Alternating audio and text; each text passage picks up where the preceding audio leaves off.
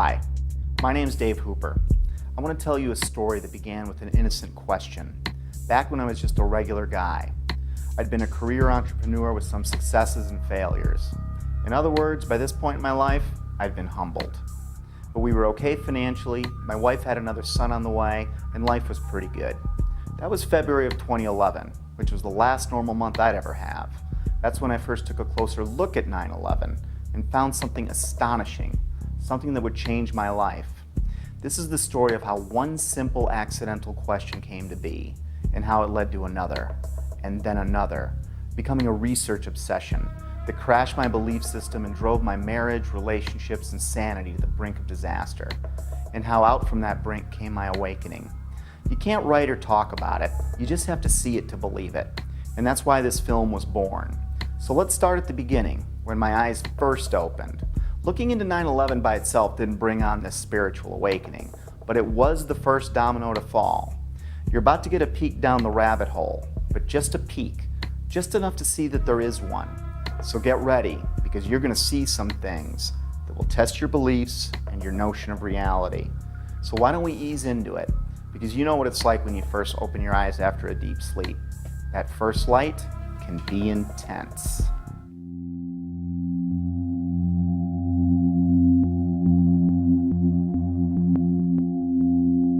My awakening began with a simple question. It occurred as I watched a familiar clip of President Bush on the morning of 9/11. I didn't realize it then, but this question was about to change my life.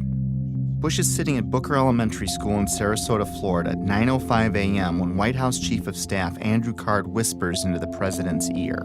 A second plane has hit the second tower. America is under attack. That first question was, why didn't the Secret Service get him out of there immediately? They didn't know how many planes were hijacked yet or what their targets were. There were actually 8 planes that were hijacked. We had 11 reports of hijacked aircraft. There were thousands of planes still flying. As many as a dozen planes were reported hijacked at one point. And it was no secret the president was there. The school visit had been made public on September 7th, 4 days prior to 9/11. How could anyone be so sure hijackers weren't already on the way? Yet there he lingered, even after 2 more flights were confirmed hijacked, Flight 77 and Flight 93, the Pentagon and Shanksville planes respectively. Somewhere I saw a story claiming the president's camp didn't want to scare the kids at the school, and that's why he stayed, which I found hard to believe. Well-trained professionals are going to risk the balance of power in the world to spare the feelings of a few kids who routinely practice fire drills anyway? Well, I guess the answer was yes, because Bush stayed until 9:34 a.m., a full 29 minutes after it was known we were under attack. Think about that. That would have been 29 grueling minutes for everyone, especially those assigned to protect the president, wondering if some hijackers gotten ambitious, maybe changed their plans in the last few days after the school visit was made public. I guess someone high up in the president's camp must have known or thought they were safe. I mean, what else could it be? But how could anyone have known that? It had me thinking, but it wasn't a huge deal. I was more intrigued by the type of people I came across who also had similar questions about 9/11. These weren't conspiracy theorists as I pictured them. These were people in government, aviation, civil defense, architecture, science, engineering, and the military. I decided to look further. I still had no idea the impact this would have on my life. I started by refamiliarizing myself with the incident, or I should say set of incidents.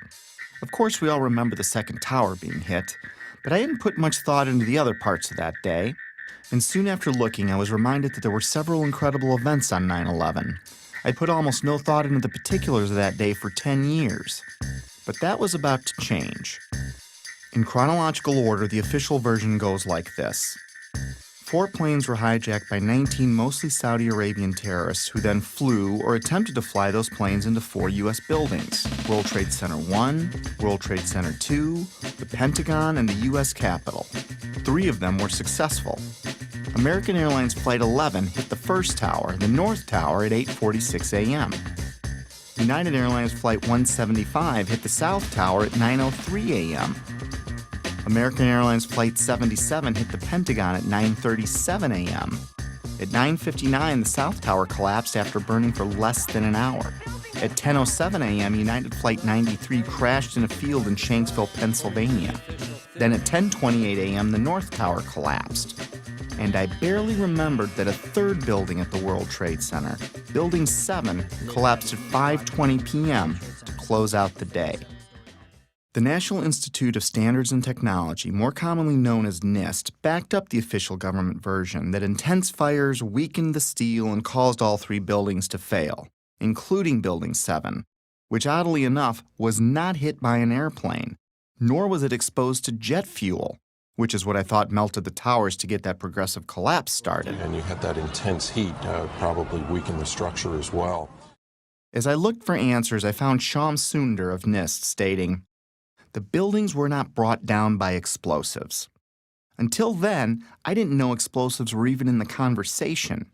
And like hearing a child claim innocence before a question is even posed, it had my eyebrow raised. World Trade Center 7 collapsed because of fires fueled by office furnishings.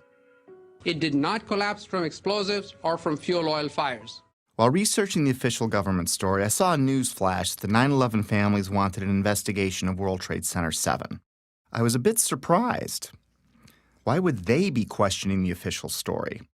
That seemed a little out there, but who could be more invested than they were? So I listened to what they had to say.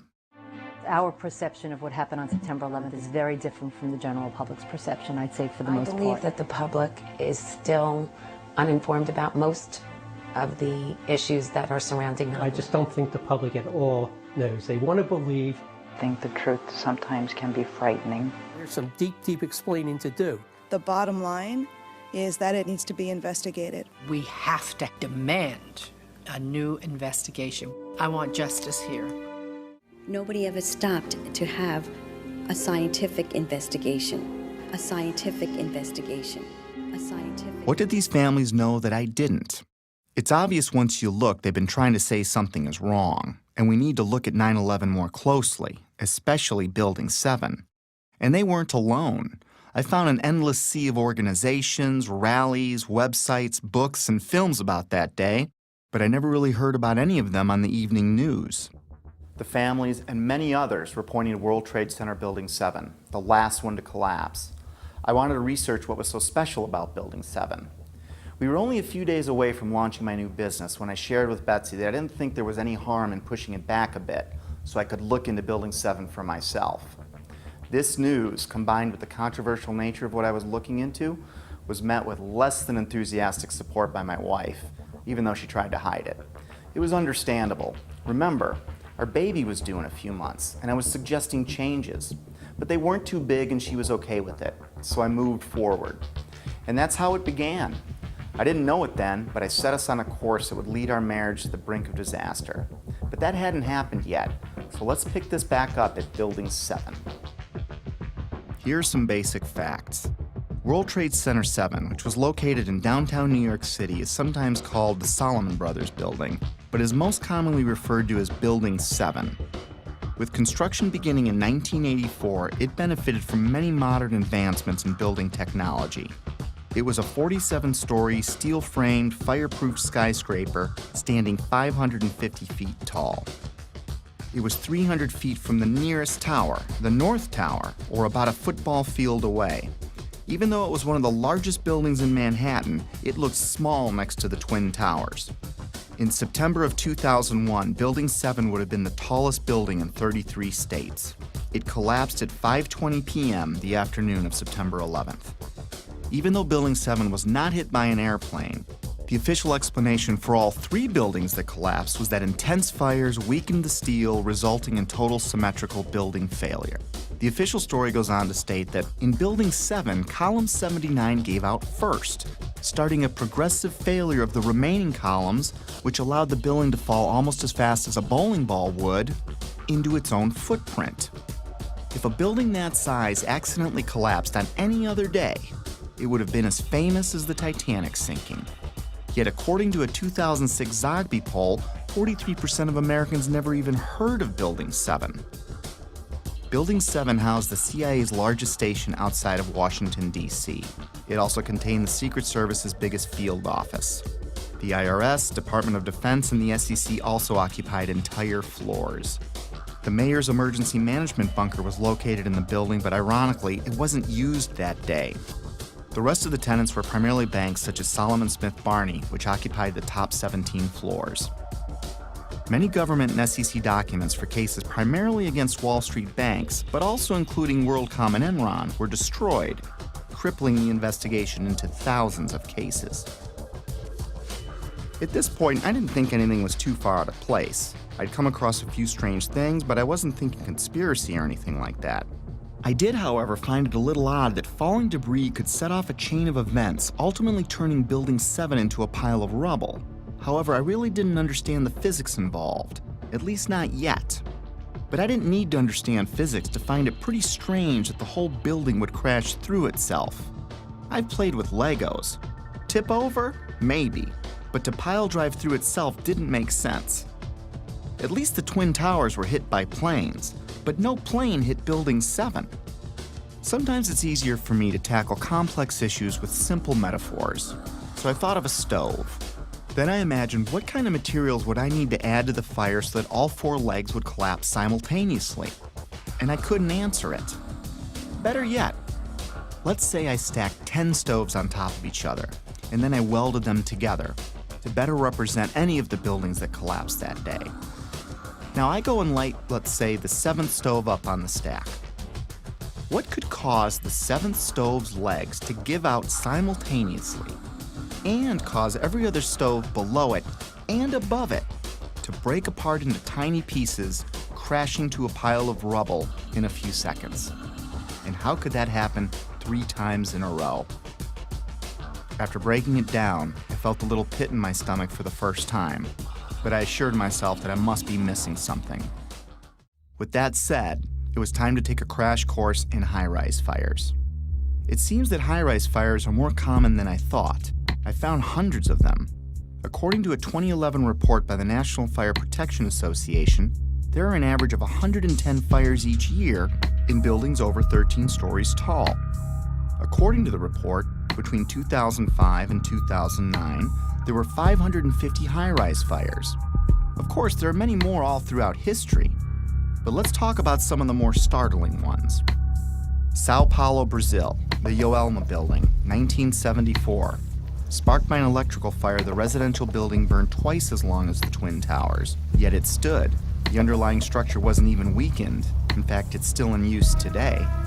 The MGM Grand, which is now Bally's in Las Vegas, Nevada, caught fire in 1980, killing 85 people. It's had a few facelifts and ownership changes, but the structure underneath was never compromised. It's still in use today. Los Angeles, California, 1988. What was then called the First Interstate Bank building burned for 3.5 hours. No structural failure at all. In fact, an insurance company moved in, and today it's known as the Aon Center. In 2004, the Parque Central building in Caracas, Venezuela, the country's tallest building, burned for 17 hours. The facade was repaired, and it is in use today. Philadelphia, Pennsylvania, One Meridian Plaza, 1991, burned for 18 hours. It stood. Beijing, China, the Mandarin Oriental Hotel, burned for 6 hours in 2009. It stood. Chechny's tallest building burned for 7 hours in April 2013. It stood. Dubai, Moscow, Zurich, and on and on. I was starting to see a trend. Fires don't melt steel or cause buildings to collapse. The World Trade Center has itself burned many times with no structural failure or weakening. Some significant dates include February 13, 1975, when the 9th to the 14th floors burned for 3 hours. No damage or weakening of the structure was recorded. The fire began in an electrical wiring closet on the 11th floor. Some fire department officials and building officials here say that there's no chance the World Trade Center could become a type of towering inferno. And in 1993, it survived a bomb detonated in a highly vulnerable area with no structural damage caused by the fires that resulted from the explosion. There was, of course, damage from the bomb, which had to be repaired, but through it all, the towers have always stood. Sometimes buildings do collapse because of structural failure, but it's usually a design problem or earthquake damage or a controlled demolition. Buildings don't come down because of fire, but when they do collapse, they tend to tip over and stay connected. After reviewing hundreds of fires, I could find only 3 occurrences of fire bringing down a steel-framed high-rise in all of history, and all 3 were on 9/11. High-rise buildings simply do not collapse due to fire. Collapse of World Trade Center 7 was primarily due to fire. But there's a problem. Office and open-air jet fuel fires cannot melt steel. A lot of things in these kind of buildings have to be fire resistant by nature. It's required by code. So there really isn't a whole lot of fuel in there to begin with. The National Institute of Standards and Technology said that the maximum air temperatures was about 1,800 degrees or 1,000 degrees colder than what's needed to melt steel. And it takes a blast furnace with air blowing with blowers to try to get steel to melt. So if you have a flame at 750 degrees, you can hold that flame under a steel beam forever, and you'll never reach a high enough temperature to bend steel, let alone melt it. This would have us to believe that these was a typical office fire, scattered office fires, if you will, that brought this building down. Since the mid-60s, I've tried to follow high-rise fires, and I'm not aware of any high-rise building that have come down as a result of fires. And seeing black smoke come out the windows, that means that the fires were oxygen starved. Kerosene would have burned off very quickly. What wasn't destroyed in the initial fireball would have been consumed fairly rapidly and would have only really served as an ignition for the rest of the material. None of which would have been, in my experience as a fire protection engineer, hot enough to sufficiently soften the steel or damage the steel to result in a total collapse of the building. Well, we're told that the planes hit the buildings and there was an explosion and a fire, and about an hour and a half later, in the case of the North Tower, the buildings collapsed due to structural weakening due to the fires. Fires in high-rises have never brought down a steel frame high-rise building at all, ever. The bottom line is this. Steel-framed high-rises don't collapse, especially into their own footprint, because of fire. This is why builders and architects have loved steel for 100 years. A fire typically can't compromise the steel structure. Of course, 9/11 was not a typical day with typical fires. Jet fuel was involved. But the kerosene or the jet fuel just can't explain it. Set aside for a minute that only 2 of the buildings were subjected to kerosene. Now think of a kerosene lamp or a kerosene heater. In the history of kerosene lamps, I have never heard of one being melted because the fires were too hot. In fact, the World Trade Center fires were starved of oxygen and therefore heat. You can see it in the black smoke coming from the towers. Yet molten iron was found in the rubble of all 3 buildings. Something else had to provide the heat and energy needed to liquefy, melt, or even microscopically bend the steel in any of those 3 buildings.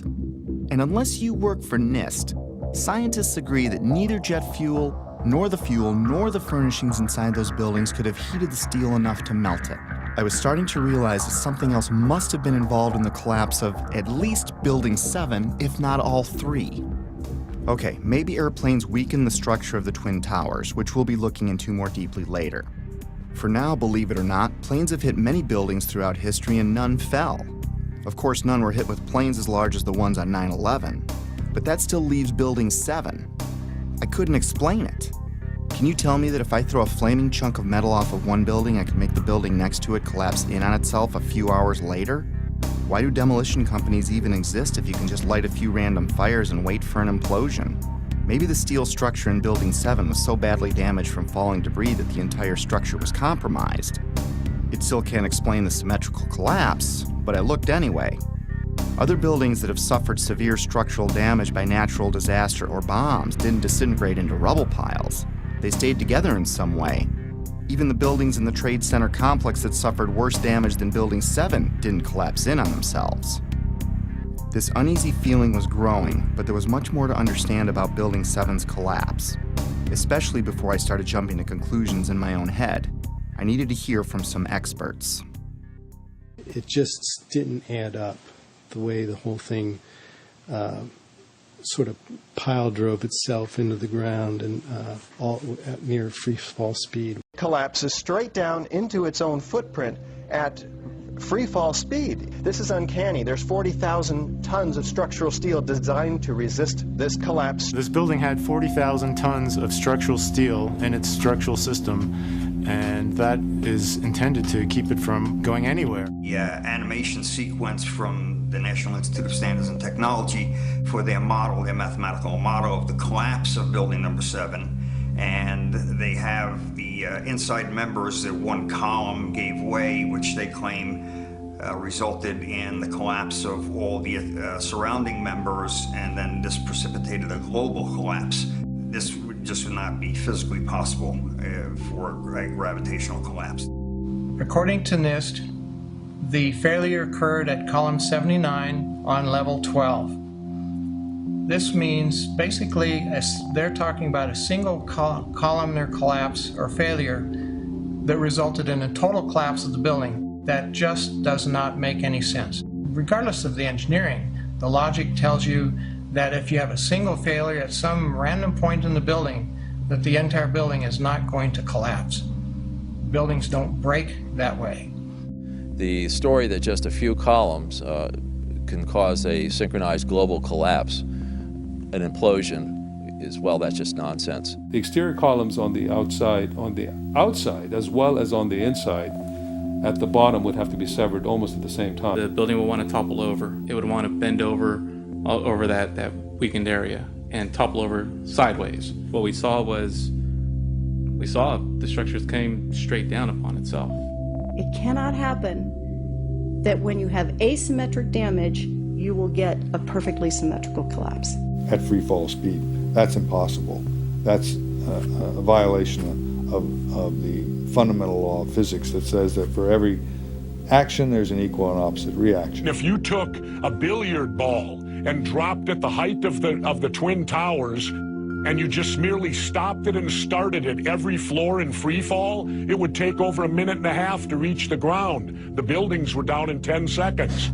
Buildings just don't behave like that. If floors fall, they tend to fall and are braced by the floor directly beneath it. And there's some delay there. And then the next floor falls with 2 floors, and there's some more delay. The buildings actually accelerated as they came down, meaning they were not getting resistance from these massive columns in the center of the core of this building. And when it's all finished, the outside walls from the lower floors are piled one on top of the other right in the middle of the building. So it's fiction to say that a building as modern as World Trade Center 7 comes down with no resistance. Doesn't add up. The official explanation was dead wrong. Just not possible. Not possible. Just doesn't make sense. It's not how it works. It can't happen. Never before in history. It just can't happen. Well, that's just nonsense. And that cannot happen. Couldn't happen. It's fiction. There's definitely much more going on than just fire. This was a controlled event. The symmetry is the smoking gun. In short, the evidence is clear. We are witnessing not the collapse of a building, but its demolition. At the time, I was thinking, wait a minute. My heart was pounding, my adrenaline was flowing, and I had a knot in my stomach. You know, the collapse never looked right to me, but then again, I never really thought that it defied the laws of physics. My imagination started to run wild. Could the hijackers have wired the buildings? Maybe the government didn't want us to know how really lax their security was, and that's why they covered up this fact. Maybe it was pre-wired for some reason, but that made no sense. If it was a controlled demolition, it would explain how much of these buildings were reduced to ash. It would explain why the towers fell after burning for only an hour or so. It would explain why they imploded instead of tearing apart. It would explain why they all fell at close to free fall speed. It sure looked like a controlled demolition, in retrospect. I couldn't stop at this point. I needed to know more. Late nights, coffee, research. My life was changing before my very eyes. I had taken my very first step down the rabbit hole. Little did I know how much deeper it would go. By now I knew that fires didn't bring down the buildings. And even if fire could somehow melt steel, the buildings would not have fallen in on themselves. They would have tipped over or torn apart. I was starting to find credible people talking about controlled demolitions and the use of explosives and molten steel. My mind kept wandering, trying to imagine how all this tied together. But first, I still needed to understand more about what happened. And what we find down there is pools of molten iron. What does that mean? Several tons. Exactly. What is that doing there? The first responders see it. The structural engineers see it. It's documented by FEMA, the melting of steel. Normal office fires is what's supposed to have brought these buildings down, along with jet plane impacts. But jet fuel and office fires don't produce molten iron or molten steel. It doesn't begin to melt until 3,000 degrees. At one point, I think they were about 2,800 degrees. See the stuff he's pulling out? Yeah. It's red hot. 8 weeks later, we still got fires burning. The concept of molten iron is very important here. In order to get molten iron, you have to reach unbelievable heat levels. It takes much, much more energy than you could find with any combination of burning office furniture, jet fuel, or gravity. Molten iron can be an indication of the use of thermite. Thermite, thermate, and nanothermite are super hot burning substances used by the military that can cut through steel. It can supply its own oxygen so it can burn underwater. It would explain how fires burned at ground zero for 3 months even after the area was flooded. So thermite would also explain potentially the fact that the fires could not be put out at ground zero. The fires lasted for quite a while. The fires were finally put out on December 13, 2001, just over 3 months after 9/11, making it the longest burning building fire in recorded history. They burned underwater for much of that time. These fires were a big question mark. But first, it was time to take a closer look at NIST. They are the scientific agency backing the official version of events as most Americans know them. I was hoping they would curb my growing anxiety. Instead, what I learned about NIST made my heart sink. To understand NIST, you need to understand the relationship to explosives. They have vehemently denied that there were any. Not only did they not check for them, they state that none were used. Plain and simple. In fact, they have gone to unbelievable lengths to prove that explosives, or even the evidence of explosives, like pops going off, did not exist. Some people might call it incompetence. Others might call it selling your soul. NIST concedes that they found no evidence for explosives. So then we asked them, well, did you look? And they said, no, we did not look for explosives or residues of explosives. So the preconceived notion of NIST is that there's no evidence for explosives, and so there's no point in looking. That is the most unscientific thing that you can possibly think of, not to look because you don't expect to find evidence, and in fact the evidence is overwhelming. NIST computed what they claimed would be the minimum loudness of an explosion that could sever column 79 with a single blast. Then they claimed no observers detected explosions as loud as their predictions. This size blast would have produced an incredibly loud sound that was not recorded on videos of the collapse nor reported by witnesses. On the basis of this artificial threshold of interest, they swept aside all evidence of actual explosions and concluded that no explosives contributed to the destruction of the building. We did not find any evidence that explosives were used in the collapse. Is that a secondary explosion? Yes, it was. That was the Yeah, definitely secondary explosion. Secondary explosions, sometimes described as pops or booms, are mini detonations apart from the primary explosion of the plane impacts. These types of explosions are routine in a controlled demolition. They were heard in all 3 buildings long before any collapsed. Like, it sounded like gunfire, bang, bang, bang, bang, bang, and then all of a sudden, 3 big explosions. That sound was not picked up by any of the videos or witnesses that we have talked to. You heard explosions, like boom. We just heard one more explosion. That's about the 4th one we've heard. CNN is now reporting that there was a 3rd explosion at the World Trade Center. Equally unempirical is the treatment by NIST and Popular Mechanics of reports of explosions before and during the collapses. Both documents pretend that there were no explosions. Secondary explosion. We've got numerous people covered with dust from the secondary explosion. Okay, you get the point. Why was NIST denying these explosions? Why are they a big deal? Well, those explosions are a strong sign of a controlled demolition, but they're not proof positive of one. If it was a controlled demolition, there would be other signs like misfired explosives and particles in the dust. So their preferred method of dealing with this problem was to ignore or even deny the reports.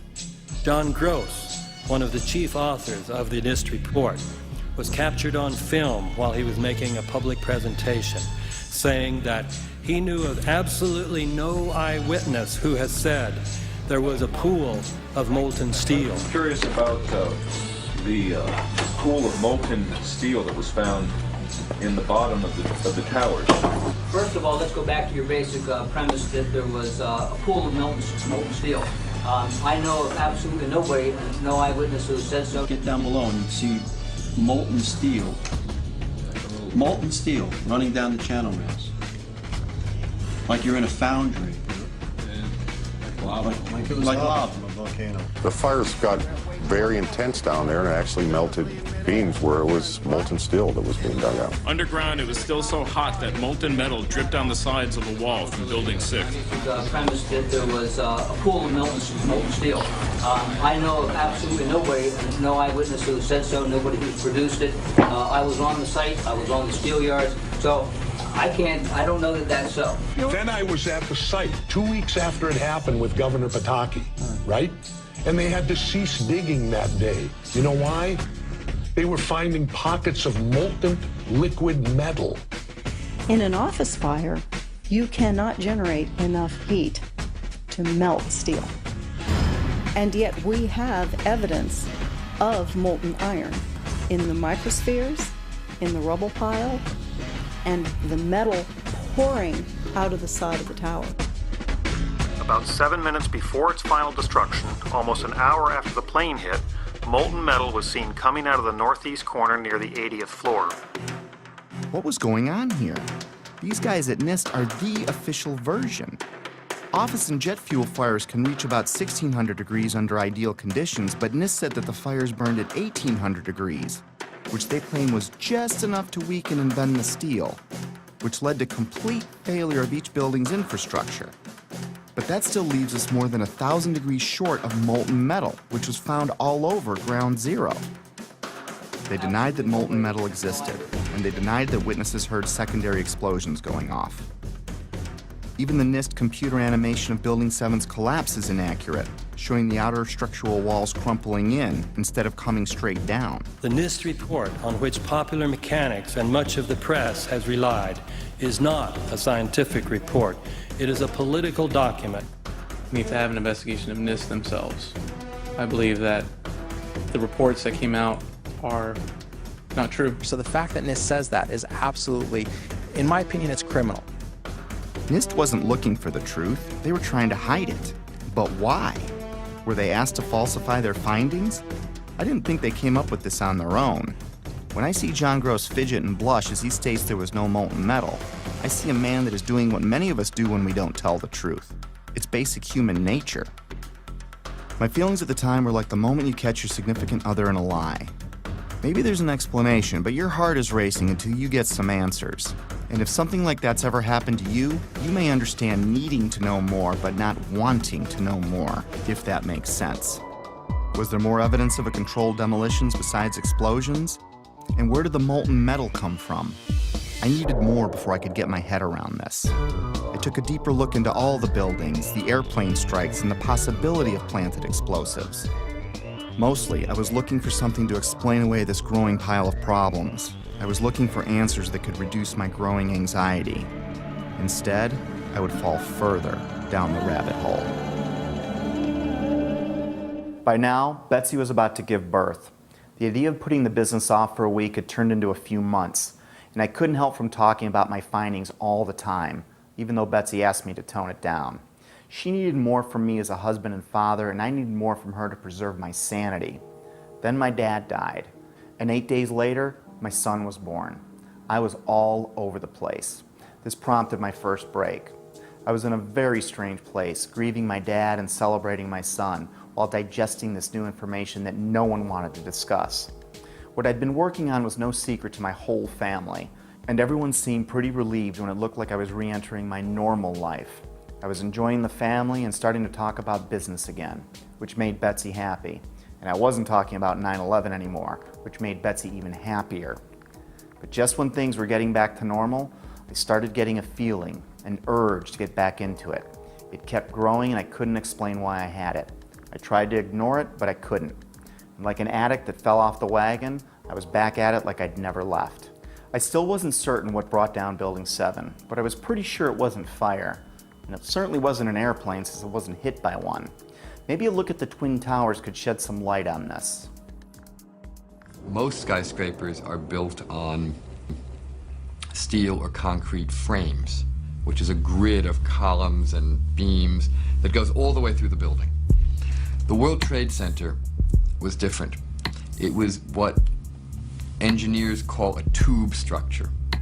It was a very, very strong mesh of steel. There's a large central rectangle in each of the towers that contained 47 columns, and these columns basically were the primary structural support of the building. These 47, 48 columns are essentially the superstructure of a battleship. They're essentially a suspension bridge. There's no way that burning kerosene can ever affect these in the least, if only because of the radiator effect. The minuscule possibility that fire somehow brought all three buildings down was gone. My only hope was that airplanes could have destabilized the buildings somehow. It didn't explain Building 7, but I was trying to give the official version every possible chance to be right. Let's look at the best documented impact that day. At 9:03 a.m., United Flight 175 hit the South Tower. The majority of the jet fuel burned off in the initial explosion, but maybe there was an explanation for the collapse in the plane impacts themselves. The first interview I came across was of Frank DiMartini, the construction manager of the World Trade Center. The building was designed to have a fully loaded 707 crash into it. That was the largest plane at the time. The building probably could sustain multiple impacts of jetliners because this structure is like the mosquito netting on your screen door. The jet plane is just a pencil puncturing that screen netting. It really does nothing to the screen netting. But the largest aircraft flying today, at least commercially, the 747, fully loaded, is on the order of 300 tons. So if you think about a 300-ton element crashing into a building that's been designed to carry 13,000 tons, you can see that an aircraft crashing into the World Trade Center would probably not do anything. We designed the buildings to take the impact of the Boeing 707 hitting the building at any location. But the plane had already hit. And what I noticed was the lights were still on in the lobby. That led me to believe that the plane never got to the core columns because the feeds for all these transformers feeding all the light and power in the towers were adjacent to the core columns. Those aircraft and those fires could not cause those buildings to come down in that way. The idea that airplanes could have destabilized the buildings never made much sense to me. The Twin Towers were like a solid iron rod coming out of the ground, supported by another steel building surrounding it. Let's use another metaphor to clarify what I mean. Let's assume a stop sign is like one of the towers. The post is the core and the thin shield of the sign is the Trade Center's outer mesh. If you shot a bullet through the stop sign, the bullet would go through the outer shell and the inner steel core that holds it up. Is the structure weakened after the event? Is it possible for the sign to implode in on itself, partially turning to dust? Does it matter if it was a flaming bullet that exploded on impact? Could the sign ever collapse in on itself? The plane impact still can't explain the near free-fall speed of all three collapses, but I had to look. So if it wasn't fire and it wasn't airplanes, then it wasn't natural. Maybe I needed to look for things that can make something like this happen. And holding off on the who and the why, for now. One step at a time.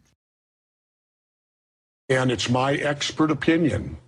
As a demolition expert, I was trained by the best the U.S. government has. I served 3 years on Underwater Demolition Team 12. 2 years I was attached to SEAL Team 1. And when I look at the buildings and how they fall and the way they fell, they couldn't have come down without being assisted in some manner. The only way that a building can accelerate as it collapses is by having pre-engineered, precisely timed, and precisely placed explosives. In other words, controlled demolition. The collapse of the building was caused by controlled demolition.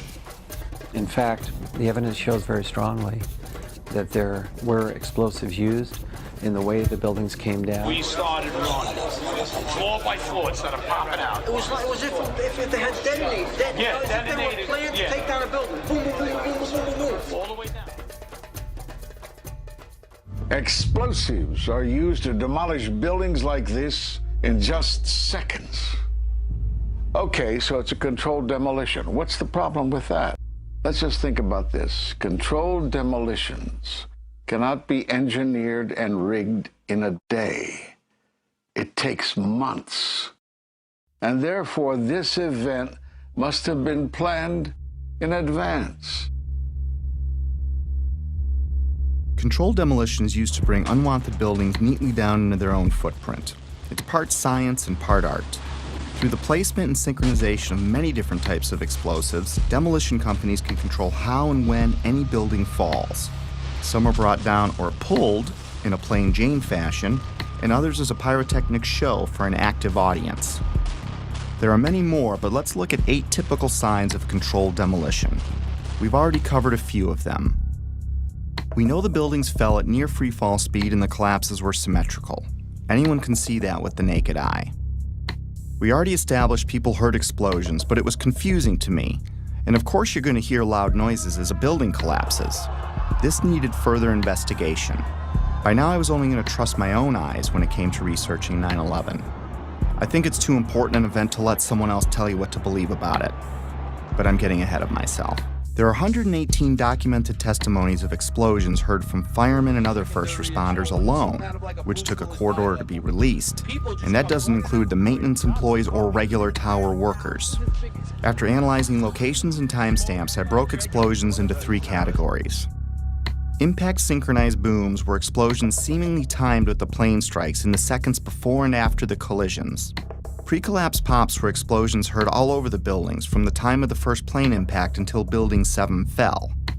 The final booms and crackle are the main body of explosives, which are detonated over the span of a few seconds, leading up to and through the collapse. It seems that explosives went off in different parts of the Trade Center when each plane hit. William Rodriguez, a 20-year maintenance employee of the Trade Center who was decorated for saving many people that day, was in the building when the first plane hit.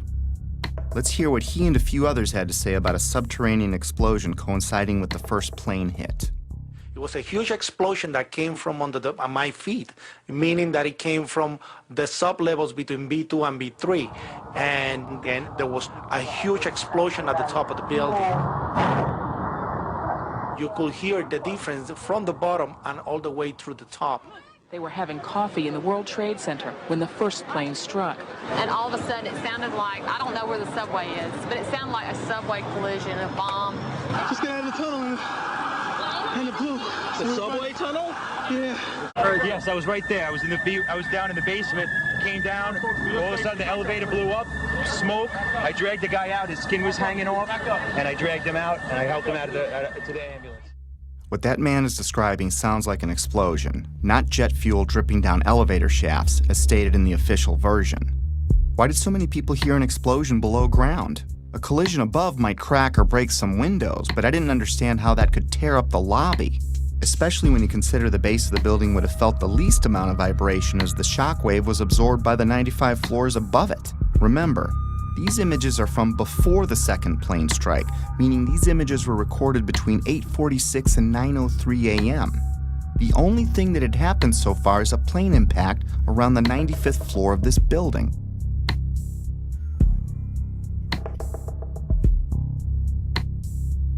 Right away, a guy from the Port Authority told him the damage was somewhere above the 78th floor. But all you had to do was look around. It was obvious. Something had happened right there in the lobby. FDNY fireman John Schrader, whose engine company 10 is across the street from the Trade Center complex, arrived at the first tower hit, the North Tower, within 10 minutes of the impact. We came down, it looked like a bomb went off in the lobby. You know, it wasn't from the jet fuel. No way.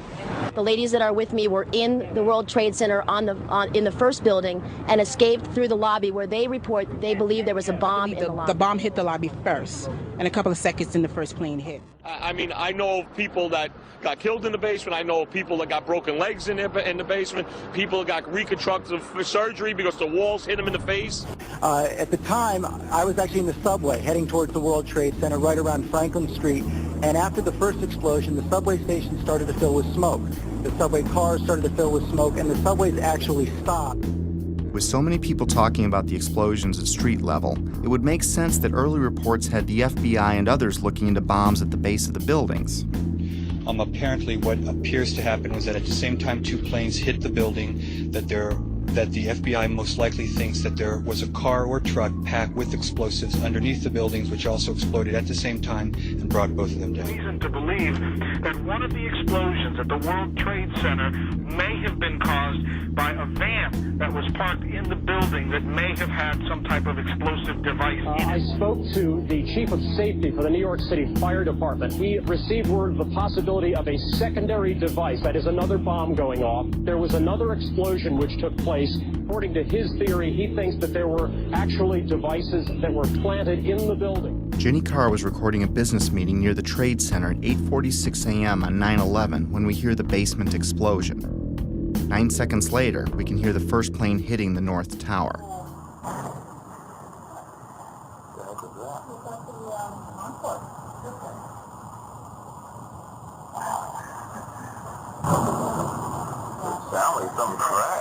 I think a bomb went off in the lobby first, then a plane hit the building, but then another plane hit the other building. Let's discuss these pre-collapse pops. From a distance, they sound like pops, but they're actually pretty powerful. Hundreds of secondary explosions were reported at various times prior to the collapse of all 3 buildings. In a controlled demolition, these bangs are shape-charge explosives blowing out beams before a collapse. They can be programmed to go off hours or seconds before an implosion. These were mostly reported as secondary explosions by the first responders and reporters. We've heard reports of secondary explosions after the aircraft impact. Then somebody said that they saw an airliner go into one of those towers. Then, I don't know, an hour later than that, we had that big explosion from much, much lower. I don't know what on earth caused that. Here, hold on. You want to call your mother or something? You gotta get back. You gotta get back. All right. The final booms and crackle are like the grand finale of a fireworks show. In a controlled demolition, the vast majority of the explosives are set to go off in an ordered fashion over the span of a few seconds as the building collapses. Depending on distance, this can sound like a rumble, booms, or crackling. That feeling that there was something else, that there may have been something else that brought those buildings down. There was a lot of talk there in New York of another explosion prior to the collapse of the first building. We could hear a rumble, which was about 5 seconds long, preceding the actual collapse, and then a boom when each of those towers collapsed. In this footage, which has been slowed, you can see white smoke emanating from the ground floor before the collapse wave arrives. It's an unsteady camera, but keep in mind whoever recorded this was running for their life. It was like watching a stunt car explode before it crashes at the bottom of the cliff. In this image, recently released by a Freedom of Information Act request, police department photographer captured an explosion originating at the base of the South Tower, just before the first tower collapsed. The explosions and shockwave before Building 7's collapse were captured in different ways. We're watching the building actually because it was on fire. The bottom floors of the building were on fire, and we heard this sound that sounded like a clap of thunder. Turned around, we were shocked to see that the building was, it looked like there was a shock wave ripping through the building, and the windows all busted out. In the end, the evidence of explosions was ignored by the organizations behind the official version, like NIST, FEMA, Popular Mechanics, and the 9/11 Commission. My independent search continued. Up next, the kink in the roof. It's not necessary for there to be a kink in the roof of an imploding building, but when it does happen, it's a pretty sure indication of a controlled demolition. The roof can only kink in when the central support columns are blown out first, meaning the destruction of the building is coming from inside it, not outside. This is done by design so the building falls in on itself. The kink in Building 7 is clearly visible to the naked eye. Controlled demolitions are designed to let the top of the building fall through its inner core columns, which is typically the strongest part of any building.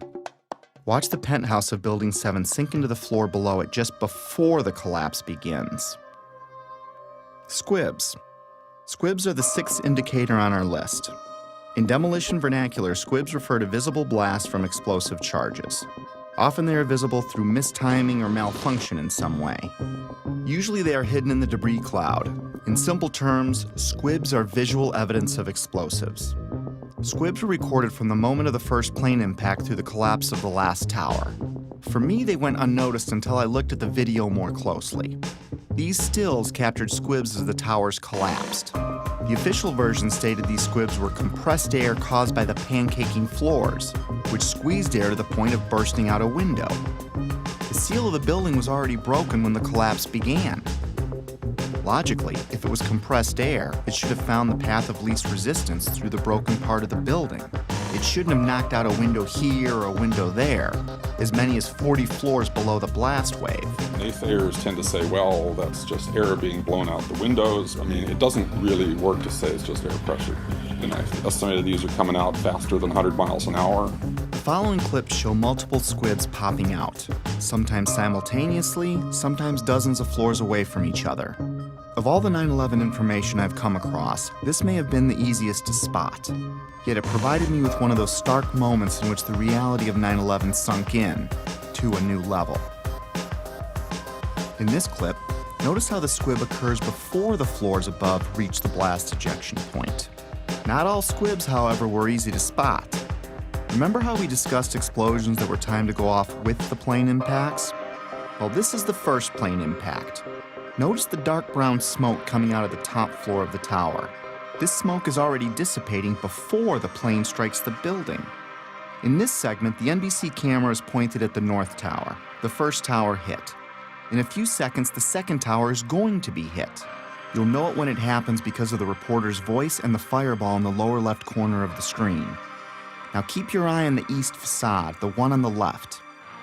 Notice how several tiny explosions go off as the second plane hits the other building, perhaps in an effort to mask some necessary work prior to its demolition, as I was thinking at the time. Oh, another one just hit. Something else just hit. The seventh characteristic of a planned implosion is what's called a demolition wave. It's the path of destruction in a controlled demolition. It is a visible wave of explosions moving down the columns of a building just ahead of or at the speed of gravity. This array of synchronized explosives is timed to blow out floors beneath the collapse wave as the floors above reach the floors below, thus allowing a drop at approaching freefall speed. Again, let's slow down the film for some of these. When slowed down, you can see how the explosions are timed to go off, floor by floor. In this clip, you can clearly see a demolition wave proceeding down a column mostly hidden by the umbrella of the falling debris pile. Look to the right of the black line. It's a bit grainy because of the zoom. Here it is again without the black line. You can see synced explosives cutting a path down the building. The demolition wave can be hard to see with an untrained eye because it happens so fast. I've tried to highlight a few more examples in the following clips.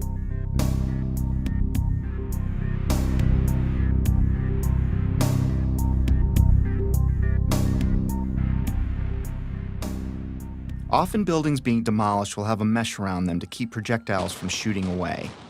In the case of the Twin Towers, there were thousands of pieces of steel jettisoned out much further than they could have if it were a gravitational collapse. Some pieces were ejected laterally over 600 feet. Some of these pieces weighed several tons. Let's listen to what a few experts had to say on the topic. Window mullions and things went up and out. That kind of stuff can't happen with just pure air pressure of floors getting sandwiched together. Large multi-ton beams were hurled hundreds of yards laterally. Gravity works vertically, not laterally. The fragments which are being, which is coming out of the tower, obviously being kicked out by an explosive action. And here it is trailing white smoke the whole time. It really is indicative of some kind of explosion. I'm no physicist, But if this was a gravitational collapse, there is no way that multi-ton beams can land 2 football fields away. I've lived in high-rises my whole life, and I've dropped things off my balcony, things like shoes and computer monitors. All they do is fall straight down. Even aerodynamic items like plates never ended up across the street. In some of these clips, you can see projectiles actually propelled upward, forming an arc. If this were a gravitational collapse, pieces could not be shot upward. And consider the pieces we see. The small pieces weigh a few pounds and the biggest pieces weigh several tons. In this clip, a multi-ton steel box column had so much lateral force that it pierced the building across the street. To give you an idea of its size, here you can see a construction worker standing at the base of the box column being installed. If I can't chuck a shoe more than 150 feet from the 50th floor of my building, how much force do you need to get a multi-ton steel girder to triple that? I could pretty much rule out a gravitational progressive collapse with the physical dynamics I'd seen with my own eyes. And I found it ironic that the only part left standing was the base of the building. Even though the whole building landed on it, it was the only part of the building whose columns did not become dismembered. Perhaps that says something about the difficulty in wiring the atrium of the towers. And maybe these columns at the base did what the rest of the building should have done, and that is stay together in some way. Just a personal observation I'd made at the time. Of course I've been wondering how the hijackers wired the buildings. It was the only thing that still made any sense, even if barely. But I stopped wondering how the hijackers did it when I learned what was found in the ground zero dust. Even though the cleanup and removal of the ground zero evidence began within hours of the attacks, not all of it was removed. Many different dust samples were analyzed by scientists all over the world, and what they concluded put the final nail in the coffin of the official story for me. We touched on thermite earlier, but we're going to look into it more deeply for reasons you'll soon understand. Thermite is a chemical mixture, usually of metal oxide and aluminum powder, with several variations. It's often used in fireworks, underwater welding, and military weapons. It can also be used to cut steel beams. When thermite is detonated, it leaves traces of itself in the debris, like perfectly round microscopic spheres of iron, and unexploded thermite itself, both of which were found in the ground zero dust. The fact that explosive residue was found in the dust didn't surprise me, at least not by now. I already knew in my heart it was a controlled demolition. What rocked me was the type of thermite found. You see, it was a special type of thermite called nanothermite, and it meant that the odds that the hijackers could have done this dropped to near zero. My belief system kept taking more hits, which we'll discuss in a bit. For now, though, let's have the experts walk us through the basics. In 3 different samples from 3 independent researchers, the R.J. Lee Company, the USGS, and Dr. Stephen Jones's work. All 3 separately found these microspheres. As much as 6% of the World Trade Center dust consisted of tiny, previously molten iron spheres. You cannot get a perfectly round sphere of metal from the building tearing apart. The only way you can get that is by starting with a molten liquid. Then the hydrostatic pressure will create the perfectly round sphere as it solidifies. So what produced all that molten iron? Well, it has in it the chemical evidence of a special incendiary, which is thermite, a high-tech incendiary used to cut through steel like a hot knife through butter. These spheres have iron, aluminum, fluorine, manganese, very unusual elements associated only with thermite. And there's small chips of unignited thermite as well. In the dust, we found what we characterize as unreacted thermitic material in the shape of some very tiny red-gray chips. We captured the residue after the material had been heated. The red-gray chips, as we ignite them, produce spheres that have iron and aluminum, just like we see in the dust in abundance. And the composition was very, very similar. And that led to the conclusion of the paper, which was, we've got some form of thermite in these red-gray chips. What I can confirm also is that these chips, the red layer is thermitic. It does produce molten iron. I've heard this argument that somehow perhaps someone seeded these samples with nanothermite. There have been some that have argued that these red-gray chips could be paint of some form. I've also heard the argument that perhaps the falling buildings just generated this nanothermite. Well, no. So it wasn't, the red-gray chips are not the primer paint that was used on the WTC steel. These chips are not naturally occurring. They are not going to form because some materials fall down in a building and touch each other and get compressed together. That's just not what this material is.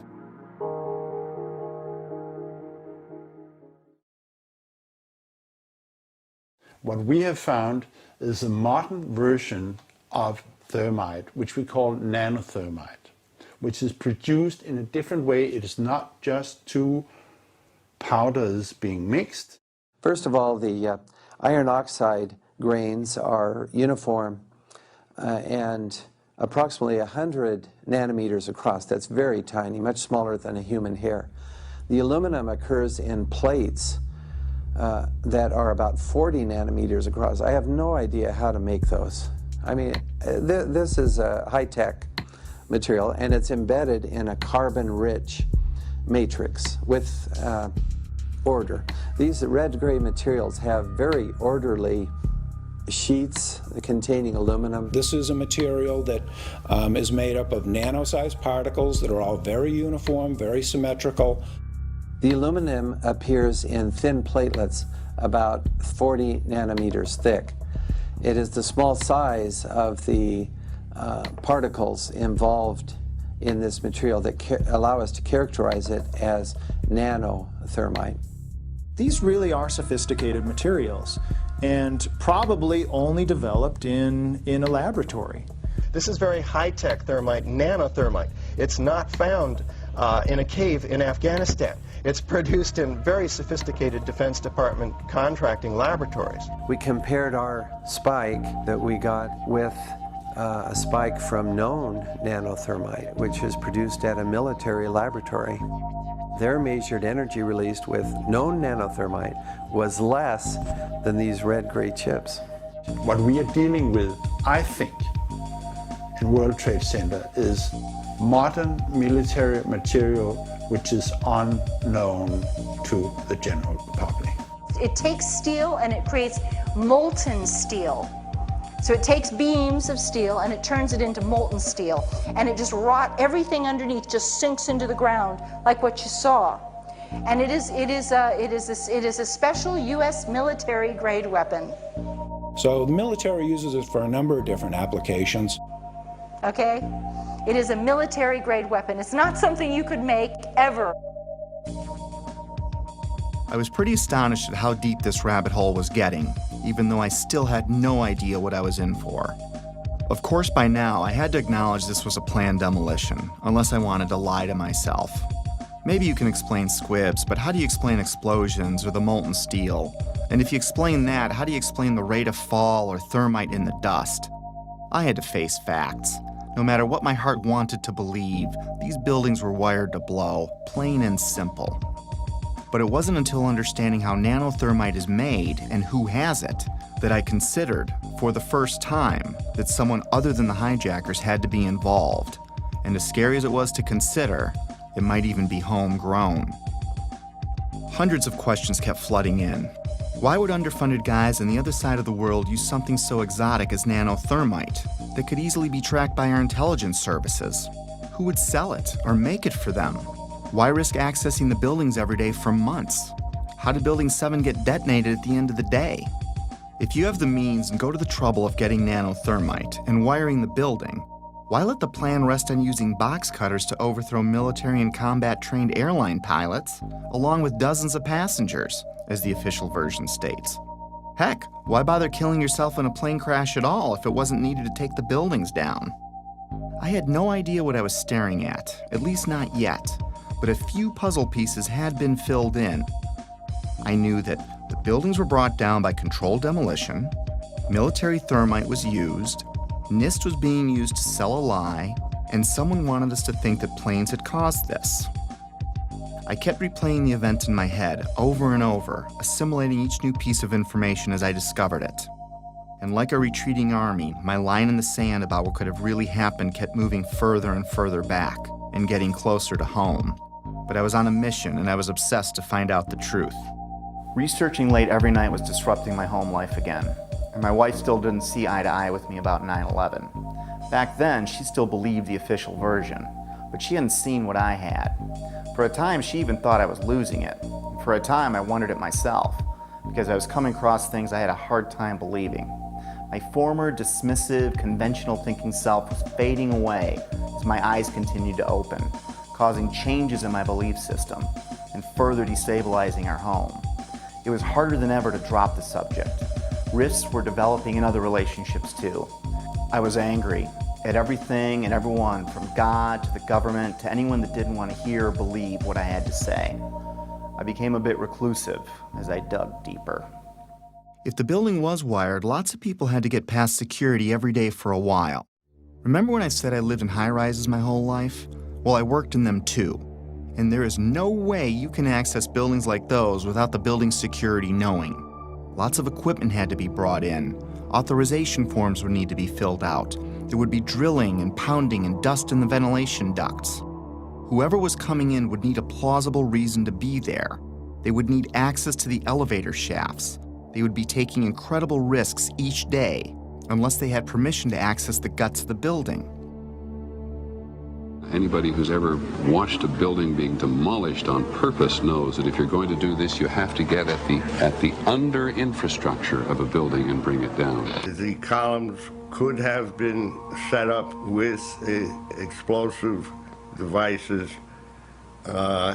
during the off-hour operations of the building by elevator company personnel. It wouldn't be a problem once you gained access to the elevator shafts. How about an elevator modernization, which we know was going on the 9 months prior to 9/11? There are people who noted that the elevators were locked in turn and that there were guards placed at these locked elevators during the modernization. And in the case of a steel frame building, that means we load them with RDX cutting charges, which are loaded with individual delays, sometimes as many as 2 to 3 different delays on a given floor. I was sick to death of the dust which was appearing on the windowsills.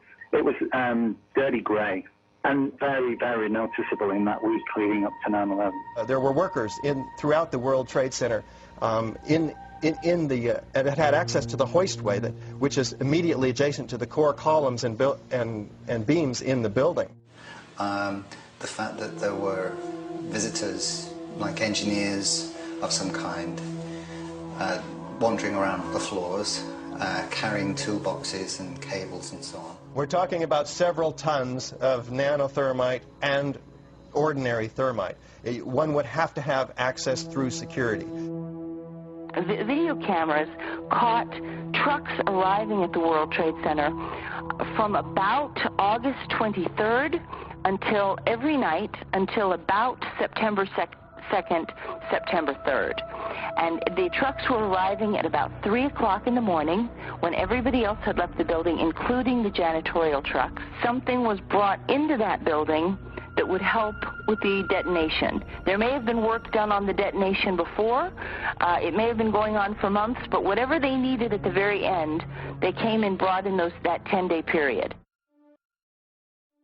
The 9/11 Commission also does not tell you that Marvin Bush, the president's brother, and their cousin, Wirt Walker, were the principals of the company that was in charge of security for the World Trade Center. They don't, man, yeah. The jaw-dropping coincidences kept piling up. I learned that Stratosec was a security company which used to be called Securicom, and they didn't just handle security for the World Trade Center complex. They had contracts with Dulles International Airport, from where Flight 93 departed, and United Airlines, accounting for most of the security breakdowns on 9/11. And another thing, Stratosec also handles security for Los Alamos National Labs, one of the only places on the planet that can produce the nanothermite found in the ground zero dust. The odds are pretty astonishing that one company can link so many vital elements of 9/11. But more astonishing is there's no mention of Stratosec or Securicom in the entire 567-page 9/11 Commission report. Of course, that was no surprise by now. Did I forget to mention that that same 9/11 Commission did not mention the collapse of Building 7 in the entire report either? Why is there not a word about the collapse of that building in the 9/11 Commission report? We didn't see any evidence of the kind of thing you're talking about. I didn't think this was something done by terrorists anymore, nor did I think this was done by any one man, even if a president. How does he get nanothermite? How does he get NORAD, the FAA, and our air defenses to look the other way? Or get access to the interior of all 3 towers? Or get 19 guys to kill themselves? Or get NIST and the 9/11 Commission to tank their investigations? Or keep the media quiet? Or keep a rival administration from exposing it? No, this seemed much bigger than even a president, and impossible for a man on the run. If someone like me with no budget or staff can find something clearly wrong with Building 7's collapse, how could an entire government commission fail to mention it in their report? Something big and strange was coming into view, seemingly coordinated and almost invisible, like 1,000 more puzzle pieces dumped out before me. I couldn't see the bigger picture yet, but I knew there was one, and it involved powerful elements of our world. This reminded me of a quote that struck me in Woodrow Wilson's book, The New Freedom. He writes, "Some of the biggest men in the United States in the field of commerce and manufacture are afraid of somebody, are afraid of something.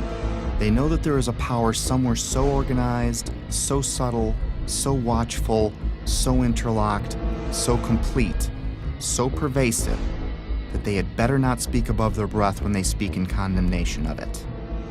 I wondered if we were talking about the same thing, so I continued my research. I didn't even need to remind myself I was falling down the rabbit hole anymore. I was now fully expecting to see the unexpected. Remember the opening chapter, The Dog That Didn't Bark? It was a reference to a Sherlock Holmes story called Silver Blaze, in which Holmes deduces the culprit must have known the family dog, because the dog didn't bark while the crime was committed, as he normally would if a stranger were on the property. The same way the Secret Service didn't bark, by staying in the school. The same way real watchdogs like the 9/11 Commission, NIST, and the media didn't bark either. Lots of people, including politicians, the media, and emergency workers on the ground, knew Building 7 was going to come down well ahead of time, as impossible an event as that was. But even then, they said, hey, you got to stay behind this line because they're thinking about taking this building down. They're not sure if it's stable or not. So they were holding a line off because they had knowledge that something was going to happen. That by noon or 1 o'clock, they told us we had to move from that triage site up to Pace University, a little further away, because Building 7 was going to come down or being brought down. Did they actually use the word brought down, and who was it that was telling you this? The fire department, and they did use the word, we're going to have to bring it down. Keep your eye on that building, it'll be coming down soon. I didn't hear any creaking, or I didn't hear any indication that it was going to come down. And all of a sudden, the radios exploded, and everybody started screaming, get away, get away, get away from it. And the whole time you're hearing thum, thum, thum, thum, thum. So, I think I know an explosion when I hear it. We are on the phone with New York Fire Department Lieutenant David Restuccio. Can you confirm it was number 7 that just went in? Yes, sir. And you guys knew this was coming all day? We had heard reports that the building was unstable and that it eventually would either come down on its own or it would be taken down. And we were in a building in which we were trapped for about 10-15 minutes, and we set up headquarters at 75 Barclay Street, which was right there with the police commissioner, the fire commissioner, the head of emergency management, and we were operating out of there when we were told that the World Trade Center was going to collapse. The World Trade Center was going to collapse. It was going to collapse. It was going to collapse. But it was the media's pre-knowledge of Building 7's fall that was much more telling. Several news outlets around the world reported the collapse of Building 7 long before it happened. I listened closely to these segments. Considering Building 7 wasn't hit by an airplane and no high-rise has ever collapsed because of fire, how was it that all these different news agencies reported it before it happened? How can anyone report there has been an improbable accident before the accident happens? Now, more on the latest building collapse in New York. You might have heard a few moments ago, I was talking about the Salomon Brothers building collapsing. And indeed it has. Apparently that's only a few hundred yards away from where the World Trade Center towers were. That one of the other buildings, Building 7, in the World Trade Center complex is on fire and has either collapsed or is collapsing. That has structural damage as well. We saw a lot of glass broken out, and a corner of the building appeared to be in distress, and there's concern that there might actually be another collapse of that building. We are getting word from New York right now that another building has collapsed. Is that smoke coming from this third collapse? Okay, that is what we're understanding, which makes sense because it looks like the sun is going down, but I'm hoping that enough people have cleared out of downtown Manhattan so that perhaps it wasn't as full as it might be normally around 5:30 on a Tuesday. That information, of course, take a look at that right-hand side of the screen. It's going down right now. There it is. Yep. It went down. Brown building, the tall one, is number 7 World Trade Center.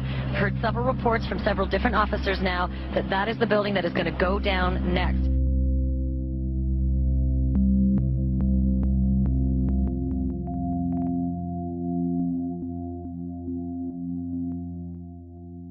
The media has played an important role in shaping the official story, even to this day. The idea that the buildings fell because of planes and fire was instilled in the public's conscience early and often on 9/11, and it started before any buildings fell. And that perhaps they're buckling under the force of the collision or the hole that's resulted from these two planes. My sense is that just one, the velocity of the plane and the fact that you have a plane filled with fuel hitting that building that burned. So structural damage, as you had suggested, probably led to this building going down. We are seeing it was because the building had been weakened during this morning's attacks.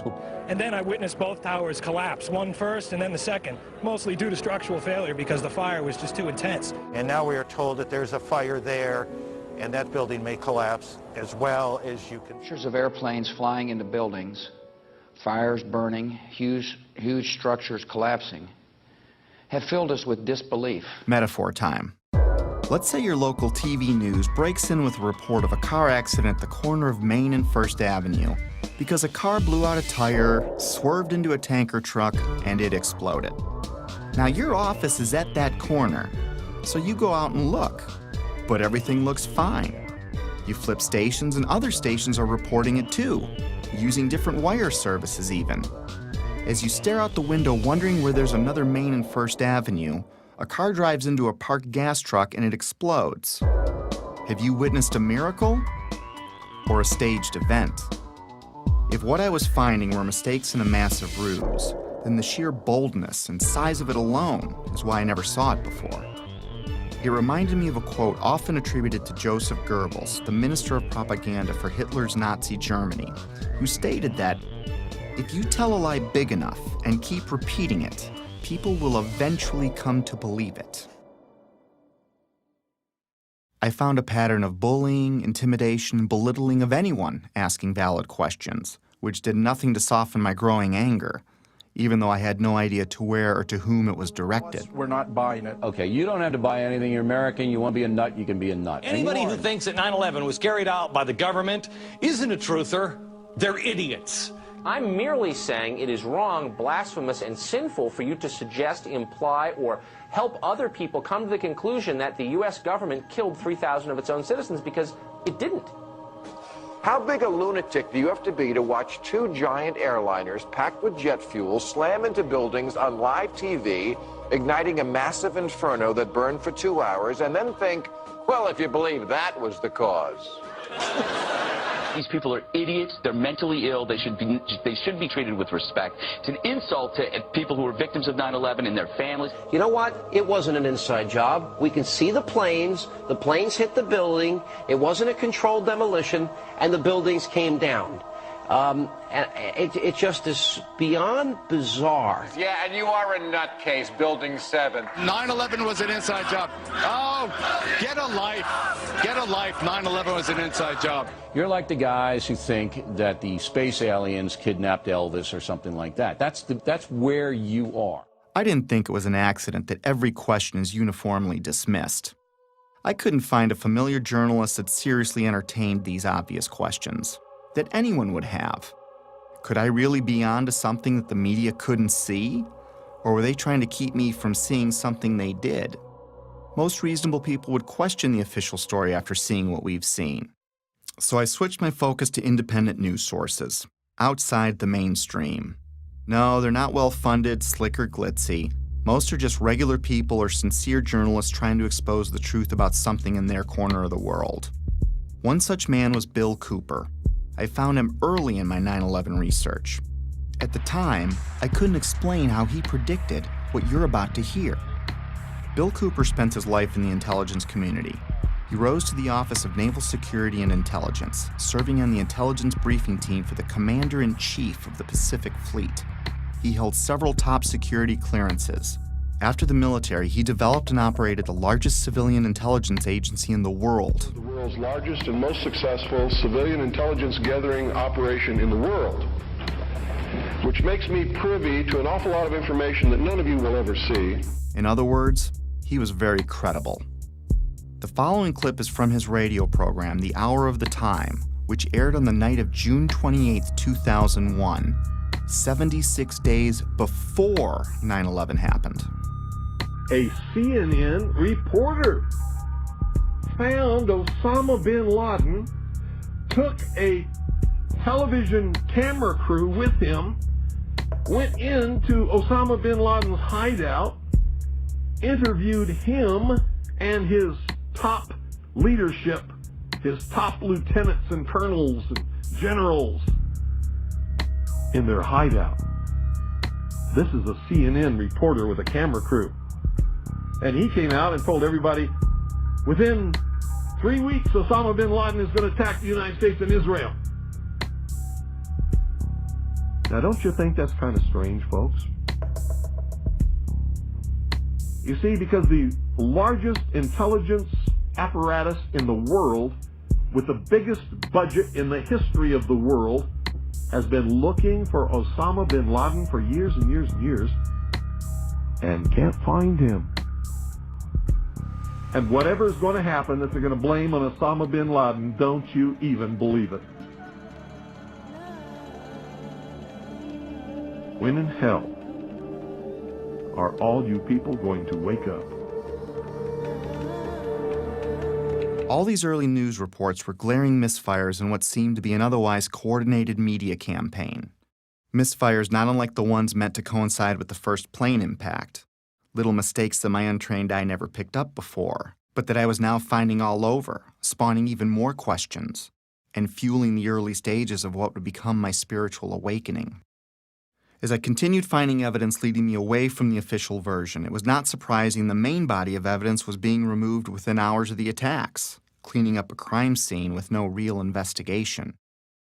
Because what they did immediately after 9/11 was they started removing the steel, the debris from Tower 7 and all the towers immediately. 400 truckloads per day of material were taken away from the World Trade Center site and sent to China for recycling. There were laws violated in the destruction of that evidence.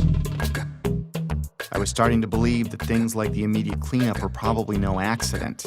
And to discover what was really happening, I'd need to find the ones behind the cleanup and the coordinated media and NIST and FEMA, the Federal Emergency Management Agency, which in another huge coincidence arrived at New York for a training exercise on Monday, September 10th, the night before 9/11, which is convenient as they oversaw the cleanup of Ground Zero.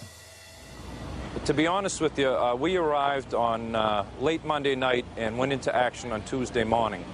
And not until today did we get a full opportunity to work.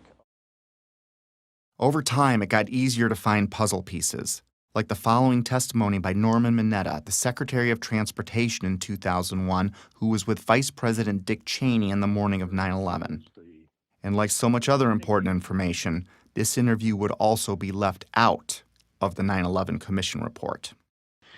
During the time that the airplane coming in to the Pentagon, there was a young man who would come in and say to the vice president, the plane is 50 miles out, the plane is 30 miles out. And when it got down to the plane is 10 miles out, the young man also said to the vice president, do the orders still stand? And the vice president turned and whipped his neck around and said, of course the orders still stand. Have you heard anything to the contrary? Well, at the time I didn't know what all that meant. And the flight you're referring to is the flight that came into the Pentagon. Oh, God. The Mineta testimony launched my investigation into the Pentagon, Shanksville, the hijackers, and many other aspects of 9/11. And if I thought I was a long way down the rabbit hole already, was I way wrong. My belief system would ultimately be shattered, but rebuilt to accommodate my evolving worldview. Back then, however, I was only a few months into my investigation, and I was going through a full scope of emotions, and frankly, having a difficult time handling all of them. Denial, curiosity, fear, disbelief, paranoia, anger, and heartbreak, and I would go through many more. I was still unable to reconcile all the data in front of me. I couldn't see the bigger picture at the time. But like the wind, it can't be seen, yet we know it's there because it leaves evidence of its existence. Very much like the trail of breadcrumbs I'd been researching over the last few months. But it's not something I could understand in one sitting. It took time. Coping with the flood of emotions took a while. I didn't have anyone guiding me or anyone to talk to about it. I felt like I had no foundation, like the ground was crumbling beneath me. The truth is hidden by several mechanisms, especially the limits of our own preconceived beliefs. I'd been so ignorant and dismissive, but now I wondered what else I'd been fooled about. Over the years, I came to see that we're in a battle of information, a battle of beliefs, or a spiritual battle, if you will. I also came to believe that 9/11 is only one battle in a much larger war, a war I couldn't see yet, but one that I was well on the way to discovering. This is a lot to take in, and we all wake up at our own speed, if at all, which is why I stopped after only looking at the Trade Center portion of the attacks. There is so much more to this, but it's easier to process in smaller chunks. Betsy and I woke up at different speeds. My eyes started opening pretty quickly, but it took Betsy a few years, even though we talked about it all the time. It wasn't until she watched early versions of this movie that she began to believe me. I clearly remember the day in June of 2013 when she came voluntarily and shared her own thoughts about her own 9/11 research, something she'd never done before. And I knew by talking to her that her eyes were finally opening too. It probably saved our marriage.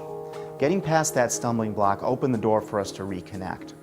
If there's a pit in your stomach, don't be overwhelmed or scared. Whatever's behind all of this has been there for a long time, and I'm sure you've lived, loved, and laughed in that time. And you still will. The shock will wear off, and what will be left is a much better understanding of how the world works, which makes the bad guys' jobs harder. Over time, the discomfort and confusion subsided, and I went back to my life, with clarity and new hope for what's ahead. Today, I'm able to laugh and be happy and look forward to the future like everyone else. I have all that, and I'm more aware of important things happening around me. So if you want to forget everything you've seen, go back to your regular life. Soon you'll forget about all of this. Our defense mechanisms work that way. But if you decide to jump down the rabbit hole, my advice is to seek your own answers, do your own research, and don't let anyone tell you what to believe about anything. Because until you see it for yourself, it'll be hard to ever understand why it's so important to know it exists.